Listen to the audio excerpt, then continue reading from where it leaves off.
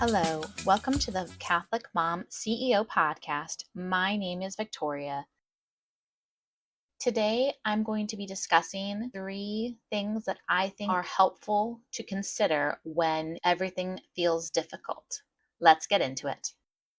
When everything seems difficult, we have burnout tendencies, or we're just really having a hard time with everything that's going on, if we're in survival mode or what have you. When everything seems difficult and burnout is, we're in the middle of burnout or it's on the horizon, there are 3 considerations I think that we should take, or maybe you could consider them steps. I don't want to say this is how we do things, but these are some directions to help us to get to a better place when everything seems difficult and it just, that feeling.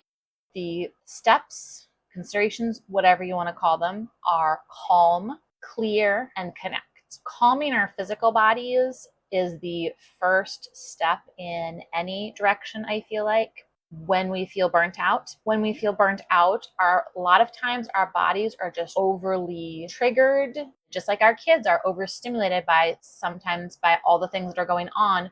We can also be very overstimulated because there's constant noise, constant distractions, constant notifications from our phones. And if we have small people, babies, toddlers, or both of those, we can be constantly triggered by all those noise, screaming toddlers, crying babies, all that noise. And then you add in all the notifications. Our phone is beeping at us and telling us all these things, and just our lives in general, right? So a lot of times we just need to calm our physical bodies, calm ourselves down out of that fight or flight state. That's what we are generally in when we get to that point of burnout. And calming our physical bodies can mean getting a drink of water, breathing. There's lots of different breathing steps you can do.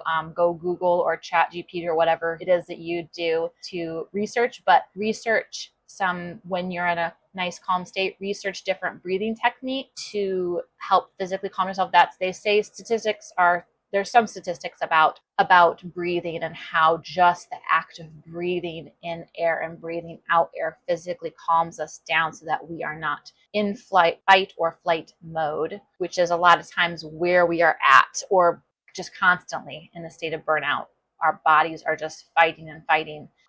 So breathing, moving our bodies, maybe taking a walk, maybe just moving positions, going from a different room to another room. Maybe you need to eat something. Just think about the different things that can help calm you down, the different ways that help you to be calm, help your physical body to get calm. And usually to physically calm down our bodies can take a little bit of time. We might need to take a nap. We might need to do a little exercise. We might need to drink some water. We might need to eat. We might need to do all those things, right? Because if we've just had a baby, we might be in postpartum, or we might be pregnant. And sometimes we don't have time for all those, or our brains are so addled that we don't always remember to do the things we need to do to take care of ourselves. So sometimes we just need to do all the things. We need to physically get our bodies calm by just taking care of ourselves and resetting ourselves. Clear. What do I mean by clear? And this consideration and the next consideration can be done in either order. I personally think that most of us might not go for the next step right away, and we'll talk about that when we get to it. Just know when I'm talking about this, if this doesn't sound like you yet, it might be the next place. We'll get there. The next step is clear. A lot of times our minds are so filled with all the details of our day and all the things that we are thinking through, that we are supposed to do, calendar items, that email that needs to be checked, that paper that needs to be signed. Our mind is filled with so many different things that just the simple act of clearing it out by doing what's called a brain dump. I don't prefer the word brain dump. My mind thinks that brain dump sounds gross. Very strange person here. I prefer to call it a brain detox, detoxing all of the things out of my brain that need to come out. I think it is important to sit down, and I think personally sit down and write everything down, because that simple act of writing everything down really removes it from your brain. And you can write it on a piece of paper. You can write on a whiteboard. You can write down. Rocketbook makes a really great book that you can reuse over and over and over and over again. Physically writing down and clearing out your brain of everything can be very helpful. Some people like to process by saying things aloud. Maybe you do a voice recording where you just talk out all the things that you need to get out of your brain and then write it down. Or even if you're going to throw it away, wipe it off, commit it to memory, rip it up. I don't know. Whatever you're going to do with it. not my business. I don't care. But physically writing everything down out of your head, I think takes it out of your brain better than the physical act of writing those things. So clearing all our brain out of everything and not judging it. That's the other thing. You don't need to make lists of everything that's in your brain. It's really just getting it all out on paper. And then if it feels good or you're in a place to process it right then and there, then you can go ahead and take some of those things, like if it's ideas or things that were in your brain, like maybe your intentional or unintentional thoughts, and you just want to cross those off and say that's not true or that is true, and circle it, like this is what I want to be thinking about.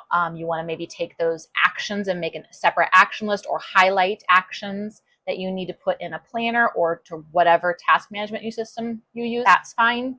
But again, you don't feel like you have to do that. But the simple act of getting it out on paper sometimes is just all you need. Sometimes I process my brain detoxing right away. Sometimes I need a day or cleaning everything out of your head, writing it all out, getting it out of your brain. That's what I mean by clear. The last consideration is connect. Connect is connecting to God. Connecting to God is important, especially when we're in burnout mode, when we're feeling a lot of things, when we're having a lot of feelings and a lot of difficulty with life. One of the most important things that we need to do in a certain order, however feels best to you, is connecting to God. Maybe that's your first part of your step process of when you feel over-triggered. But a lot of people, when they feel overstimulated and triggered, our physical body needs to calm down, get physically calm, and then you connect to God, and then you clear out your head. Connecting to God in whatever way you best connect to God, whatever feels right for you in that moment, or that you generally have a habit for. I think sometimes habits is a better place to go to, but whatever way you want to connect to God, whether it's just sitting down and praying or kneeling and praying, if you want to read the Bible, if you want to listen to the Bible, if you are able to go to adoration and spend some time really with the Eucharist, spending time in the presence of Jesus, that there is something extremely powerful and important in our lives, especially when we're in burnout. And I've noticed I try to make a habit of going to adoration, even if it's just for a few minutes or it's as much as an hour. I rarely ever get an hour. Just at least spending a few moments, as much time as I possibly can spend that day or that week in adoration. And I actually feel burnt out less. That's one of the things I realized about myself. When I spend more time either going to daily mass or going to adoration or both of those, I burn out less. So do with that what you will. But personally, in my life, I find that if I front load myself with more Jesus, I burn out less. Back to how you best connect with God, whether it is in prayer, whether it is listening to the Bible or reading the Bible, whether it is going to adoration and being in the presence of Jesus, whether it is going to daily mass, whether it is going to confession, any of these activities of our faith, connecting to God is however you best connect to God. And like God our Father tells us that we can ask him for anything, he has given us others who want to do the same for us. They want to be the hands and feet of God in this world. We are giving each other for support and to help us. It's our mission in life to be able to help others. So I guess thinking of this as a reverse work of mercy, maybe letting someone else help you. I don't know. It's just a thought. We are all called to help everyone live the life God is calling them to. Connecting to God, but also connecting to the people that God has put in your life. And like God our Father tells us that we can ask him for anything, he has given us others who want to do the same for us. They want to be the hands and feet of God in this world. We are giving each other for support and to help us. It's our mission in life to be able to help others. So I guess thinking of this as a reverse work of mercy, maybe letting someone else help you. I don't know. It's just a thought. But we are all called to help everyone live the life God is calling them to. Connecting to God, but also connecting to the people that God has put in your life.